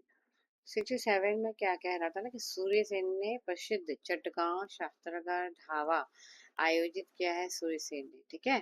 मास्टर दा के नाम से हम लोग जानते हैं सूर्य सेन को। बंगाल में इंडियन रिपब्लिकन आर्मी की स्थापना की है इन्होंने। इनके सदस्य मेनन सिंह, अंबिका चक्रवर्ती, लोकीनाथ, प्रतिलता वादेदर, गणेश घोष, कल्पना दत्ता, आनंद गुप्ता, टेगराबर प्रमुख थे, ठीक है। तो ये जो आपका सूर्य सेन है, इनको मास्टरदा कहते थे हम लोग, और ये इंडियन रिपब्लिकन आर्मी की स्थापना भी इन्होंने बंगाल में करा है।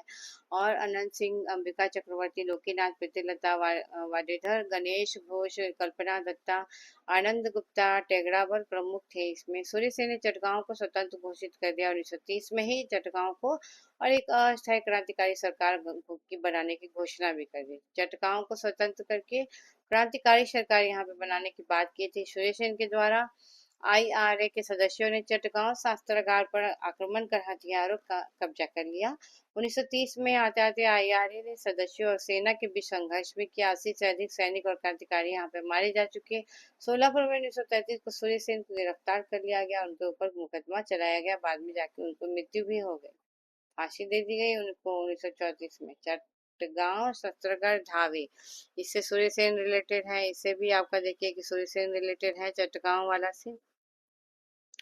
71 नंबर क्वेश्चन, तो सबसे कम आयु के शहीद कौन थे जी? खुदीराम बोस थे, खुदीराम बोस थे, ठीक है ना। अब देखो सुखदेव जो है ना, इस चारों ऑप्शन में से दिया है, तो कौन सबसे ज्यादा? खुदीराम बोस सबसे कम आयु के।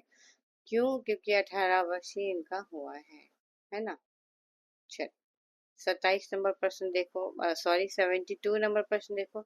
सबसे बड़ी बात क्या है कि हम लोग ये सब पढ़ चुके हैं पहले, इसलिए जल्दी से स्किप करते जा रहे हैं। अभिनव भारत पता ही है, बीडी सावरकर अनुसंधान समिति, Arvind Ghosh, Ghadar party, Lala Hardayal, Swaraj party, C R Das, है ना।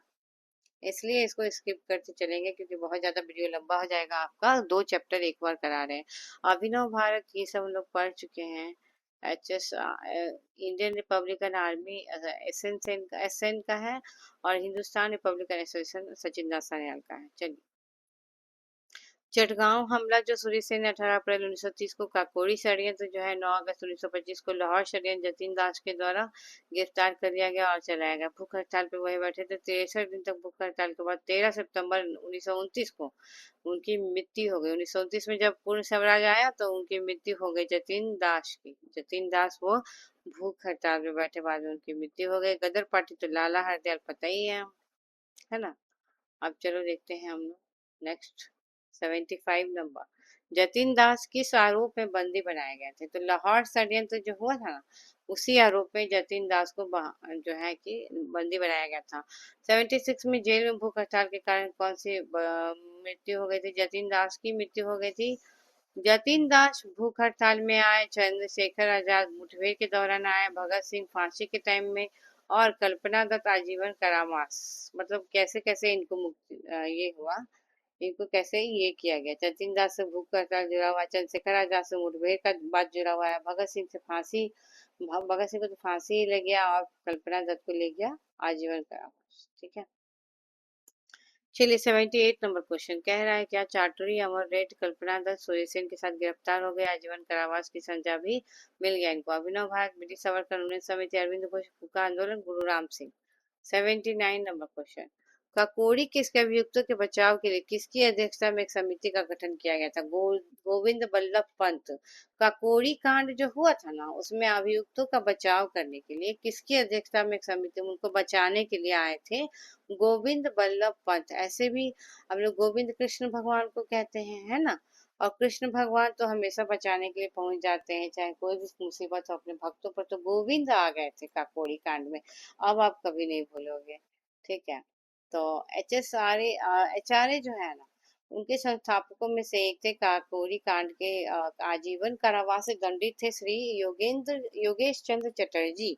उनकी आत्मकथा है इन सर्च ऑफ फ्रीडम। इन्होंने इसमें लिखा, पंडित मोतीलाल नेहरू गोविंद बल्लभ पंत के नेतृत्व में काकोरी कांड बचाव समिति का गठन किया। किसने किया? गोविंद ने किया। योगेश चंद्र चटर्जी का आत्मकथा इन सर्च ऑफ फ्रीडम है, उसमें स्पष्ट लिखा गया है कि पंडित मोतीलाल नेहरू ने गोविंद बल्लभ पंत के नेतृत्व में काकोरी कांड बचाव समिति का गठन किया। ठीक है, किसका नेतृत्व? गोविंद बल्लभ पंत का। कौन था उस समय? तो पंडित मोतीलाल नेहरू थे मेन मेन हीरो में, और उन्होंने गोविंद को लगाया इस काम में। एक समिति का गठन किया गया। उसके बाद पीआईबी का देखा जाए, पत्र सूचना कार्यालय, तो उनका देखा जाए तो शंकर नारायण राव के आलेख में यह उल्लेखित होता है कि मुख्य मुकदमे में बचाव समिति के अध्यक्ष और पंडित नेहरू यहाँ पे थे। हम श्री चटर्जी की पुस्तक को प्राथमिक स्रोत मानते हुए यहाँ तक आए हैं। ठीक है, 80 नंबर प्रश्न चलिए देखते हैं। तो एक तरफ संस्थापक है, एक और संघ है। ये 80 नंबर आपका प्रश्न, सॉरी। एच आर ए तो पता ही है, Ram Prasad Bismil. H S R A Chandrashekhar Azad. Punjab नौजवान भारत सभा भगत सिंह। ठीक है, और बंगाल में चटगांव क्रांतिकारी आंदोलन को चलाने का श्रेय सूर्य सेन को दिया जाता है। रामप्रसाद बिस्मिल हिंदुस्तानी गणतांत्रिक संघ के संस्थापक सदस्य थे। काकोरी ट्रेन डकैती में इनका विशेष योगदान भी रहा है। एचआरए के सदस्य चंद्रशेखर आजाद ने हिंदुस्तान सोशलिस्ट रिपब्लिकन एसोसिएशन के गठन में महत्वपूर्ण भूमिका भी निभाई है। भगत सिंह वर्ष 1925 में हिंदुस्तान रिपब्लिकन एसोसिएशन में शामिल हो गए थे। भगत सिंह एचआरए में शामिल हुए थे 1925 में, और इनके द्वारा नौजवान भारत सभा का भी गठन किया गया था। 1925 में ही नौजवान भारत सभा का गठन भगत सिंह के द्वारा किया गया। 81 नंबर क्वेश्चन, नौजवान सभा अंबिका चक्रवर्ती। हाँ, ये यही इसी टाइप का आपका प्रश्न पूछेगा। नौजवान सभा भगत सिंह हम लोग ऊपर पढ़ चुके हैं, है ना। 1925 में एचआरए का जो नेता बन गए थे उसके बाद किए। लेकिन कहेगा क्या कि कौन सदस्य नहीं जुड़ा हुआ था, तो नहीं वाला याद रखना है। अंबिका चक्रवर्ती, यशपाल तो है, भगत सिंह है, छबिल दास है ही। ठीक है, तो इसमें ना 1926 में लाहौर में सरदार भगत सिंह, छबील दास, यशपाल, रामचंद्र, भगवती चरण वोहरा आदि सब मिलके नौजवान भारत सभा की स्थापना की है। इसका उद्देश्य क्या था? भारत में मजदूर और किसानों का राज्य स्थापित करना, और अंबिका चक्रवर्ती इसमें बाद में शामिल हुए, इसलिए ये बाद में आएगा। चलिए 82 में देखिए। 82 में कह रहा है क्रांतिकारी गतिविधियों में लिप्त संगठन का चयन करने के लिए, तो बी आंसर है। क्रांतिकारी गतिविधि में लिप्त संगठन एक ही है आपका, अनुशीलन समिति और अभिनव भारत दोनों है। न्यू नेशनलिस्ट पार्टी नहीं है। इंडियन पेट्रियोट एसोसिएशन भी नहीं है। दो ठो है, अभिनव अनुशीलन, अभिनव और अनुशीलन दो ठो है। दो है, वन और दो दोनों। ठीक है, चलो। अभिनव भारत समाज अनुशीलन समिति दोनों क्रांतिकारी संगठन थे। United Indian Patriotic Association sir Syed Ahmad Khan और राजा शिव प्रसाद के द्वारा 1888 में ही बन गया था। तो ये हम लोग पहले पढ़ चुके हैं, यूनाइटेड इंडियन पेट्रियोटिक एसोसिएशन, जिसका सर सैयद अहमद खान और शिव प्रसाद, बनारस का, ठीक है, याद है ना। राजा शिव प्रसाद ने 1888 में कांग्रेस में विरोध किया था। निष्क्रिय विरोध के सिद्धांत का प्रतिपादन किसने किया? अरविंद घोष ने। निष्क्रिय विरोध का सिद्धांत अरविंद घोष के द्वारा चलाया गया था, और उनका मानना था कि अंग्रेजों को भारत अविलंब छोड़ देना चाहिए, अंग्रेज ऐसा नहीं कर सकते, उनके विरुद्ध आंदोलन चलाओ। ठीक है ना, ये हम लोग पढ़ चुके हैं। सुभाष चंद्र बोस ने फॉरवर्ड ब्लॉक का स्थापना किया। भगत सिंह ने एचएसआरए का स्थापना किया था। सी, सुभाष चंद्र बोस ने फॉरवर्ड ब्लॉक का किया है। भगत सिंह ने एचएसआरए एसोसिएशन के संस्थापक में से एक है, संस्थापक में से एक है, एक ही ने स्थापना किया, संस्थापक में से एक है, एक और दो दोनों होगा। ठीक है, चलो। सुभाष चंद्र बोस कांग्रेस की अध्यक्षता का पद त्याग कर दिए ना, उसके बाद 3 मई 1939 को फॉरवर्ड ब्लॉक की स्थापना कर दी। 1928 में फिरोज शाह कोटला मैदान में दिल्ली में बैठक हुई थी, जिसमें एसआरए की स्थापना हो गई थी। भगत सिंह इसके सदस्य थे। क्रांतिकारी जो थी वो कौन से ऐसे क्रांतिकारी हैं जो गोरखपुर जेल में जो है कि गोरखपुर जेल में उनको फांसी दी गई थी? कौन से क्रांतिकारी, किस क्रांतिकारी के बारे में बात हो रहा है जिसको गोरखपुर जेल में फांसी हो गया था? तो राम प्रसाद बिस्मिल। ठीक है, अब देखो 9 अगस्त 1925 को हुआ था ये वाला काकोरी कांड हुआ था। 43 भारतीय चले गए थे, इसमें राम प्रसाद बिस्मिल भी इसमें जुड़े हुए थे, और इनको फांसी गोरखपुर में दे दी गई थी। राजेंद्र लाहिड़ी को गोड्डा में, राजेंद्र रोशन सिंह को इलाहाबाद में, और अशफाक उल्ला खां को फैजाबाद में फांसी दे दी गई। तो फैजाबाद में फांसी अशफाक उल्ला खां को, इतने सारे लोगों को फांसी एक बार दे दिया जाता। अब का कानून, अब का कोई करेगा फोर्ट? निम्नलिखित में से किस क्रांतिकारी नेता ने कलकत्ता के पूर्व पुलिस कमिश्नर चार्ल्स टेगार्ट की हत्या करने का प्रयास किया? तो गोपीनाथ साहा ने किया। 12 जनवरी को 1924 को कलकत्ता के चौरंगी रोड पर गोपीनाथ साहा ने जो है कि भारतीय क्रांतिकारी ने कलकत्ता के पूर्व मुस्लिम कमिश्नर चार्ल्स रेगॉट, ठीक है, ये कमिश्नर थे, और इन्होंने जो है हत्या करने का प्रयास भी किया था, परंतु दुर्भाग्य से एक अंग्रेज नागरिक अर्नेस्ट डे को गोली लग गई, इसके बाद में मृत्यु भी हो गई। और चार्ल्स टेगार्ट 1932 से 31 के मध्य कलकत्ता में पुलिस कमिश्नर था वो पहले। अब है 89 नंबर प्रश्न, देखिए ज्यादा नहीं है, एक दो क्वेश्चन है, और मेरे को बस यही एक टाइम मिल पाता है दोपहर का। सुबह में काम ही रहता है, रात को 7-8 बजे के बाद किचन में काम ही रहता है, 6-7 बजे के बाद। फिर शाम को एक दो बच्चों लोगों को मैं फ्री में पढ़ाती हूँ, सरकारी स्कूल के बच्चे हैं, और उनको फ्री में पढ़ाने का एक रीज़न ये है कि कुछ बच्चे जो हैं वो ऑटो चलाते हैं, उनके पिता माँ जो है कहीं घर घर काम करती है, तो वैसे लोग जो हैं अच्छे स्कूल में अच्छे ट्यूशन नहीं दे पाते हैं। उनके स्कूल में, सरकारी स्कूल में क्या ही पढ़ाई होता है वो तो पता ही है आप लोगों को। तो इसलिए आप अपने स्तर पे स्कूल सुधारो अभियान के तहत सिर्फ यही कर सकते हो कि आप अपने स्तर से अपने आसपास के लोगों को, जो गरीब है, जो आपके यहाँ काम करने आती हैं या अगल बगल से कोई आता है, तो उनको आप मिनिमम, इसलिए मिनिमम क्योंकि फ्री भी कर दोगे तो वो कभी आएंगे कभी नहीं आएंगे, उनका एक फंडा बन जाएगा, फ्री है, ऐसा थोड़ी ना देना है, जाते हैं नहीं जाते किसी दिन वो जो है कि निकल जाएंगे बच्चे सब वहाँ अपना। तो इसलिए यहाँ पे एक मिनिमम आप एक मिनिमम 100, 200, 300 ऐसे करके आप ले सकते हो, 500 से कम ही लेना, और गरीब बच्चों को आप पढ़ाइए अपने स्तर से, आप इतना ही कर सकते हैं। 1 घंटा का टाइम, 1.5 घंटा का टाइम नहीं है पूरे टाइम में, और वैसा ही बच्चा लोग को पढ़ाइए जो आपका भी कुछ रिवीजन हो, जैसे एनसीईआरटी वगैरह का किताब चलता है 9वां 10वां में, वो बच्चे को आप पढ़ा सकते हो, है ना। तो आप अपनी तरफ से इतना ही कीजिए, उससे ज्यादा आप नहीं कर पाइएगा। और बात इसलिए किए कि मुझे नींद आ रही थी। चलो, तो क्रांतिकारी नेता कलकत्ता के पूर्व पुलिस कमिश्नर चार्ल्स टेगार्ट की हत्या का प्रयास किया था। कौन था? गोपीनाथ साहा था। और ये काफी इंपॉर्टेंट है, 2016 का ही क्वेश्चन है, ये इंपॉर्टेंट है। जो आप इतना देर से पढ़ते आ रहे हो सब मैक्सिमम पता ही होगा आप लोगों को, भगत सिंह, एचएस, ये वो। बट आप इसमें कहीं कंफ्यूज ना कर जाओ। और कलकत्ता के पूर्व पुलिस कमिश्नर चार्ल्स टेगार्ट की हत्या करने का प्रयास गोपीनाथ साहा ने किया। 12 जनवरी 1924 को कलकत्ता के चौरंगी रोड गोपीनाथ साहा नामक भारतीय क्रांतिकारी कलकत्ता के पूर्व पुलिस कमिश्नर चार्ल्स टेगार्ट की हत्या करने का प्रयास किए, पर अर्नेस्ट डे को गोली लग गई। वही मुजफ्फरपुर वाला कांड हो गया। मारना था टेगार्ट को, लग गया अर्नेस्ट डे को। बाद में उसकी मृत्यु हो गई। चार्ल्स टेगार्ट जो है 1923 से 33 के मध्य कलकत्ता में पुलिस कमिश्नर रहा था वो उस टाइम, ठीक है ना। अब 89 में चलो देखते हैं हम लोग क्या है। दीक्षांत समारोह में अपनी उपाधि ग्रहण करते समय अंग्रेज गवर्नर पर गोली चलाई थी किसने? बीना दास ने। वो गई थी दीक्षांत समारोह में अपना उपाधि लेने के लिए, डिग्री वगैरह लेने के लिए, लेकिन उसने अंग्रेज गवर्नर कुलाधिपति जो था उस पर गोली चला दी, बीना दास।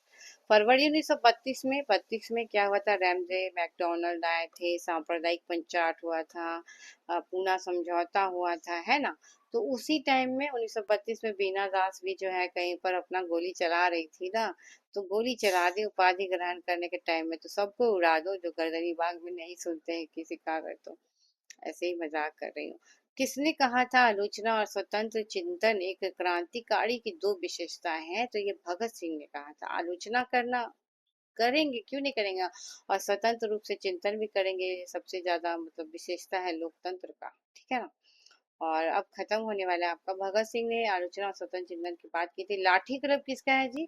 बाल गंगाधर तिलक का है। तिलक न है, लाठी क्लब। तिलक, जो तिलक लगा के और तब लाठी खाने जाना गर्दनी बार। याद हो गया ना। अब कभी नहीं भूलोगे। लाठी क्लब तिलक का है, ठीक है। लाठी क्लब उन्हीं का है, हिंदू अखाड़ा उन्हीं का है, गणपति महोत्सव उन्हीं का है, शिवाजी महोत्सव उन्हीं का है, और ये शुरुआत बाल गंगाधर तिलक ने किया है। 92 सबसे लास्ट क्वेश्चन है आपका। विश्व युद्धों के बीच वर्षों में, विश्व युद्ध के बीच जो वर्ष है, भारत में सक्रिय क्रांतिकारी आंदोलन चल रहा था। कौन सा चुन सकते हैं? बी, भगत सिंह नौजवान भारत सभा के संस्थापक थे, बस यही एक सत्य है। अनुशीलन समिति का चंद्रशेखर से कोई ये नहीं है। प्रफुल्ल चाकी ने एचएसआर, ये कब हो गया? एचआरए का प्रफुल्ल चाकी कब किया? सूर्य सेन ने नहीं, एचएसआरए का ये नहीं किया। सचिन नाथ सान्याल युगांतर के संस्थापक थे, नहीं।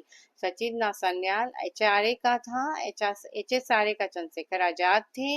ये सब उल्टा पुल्टा इसमें दिया है।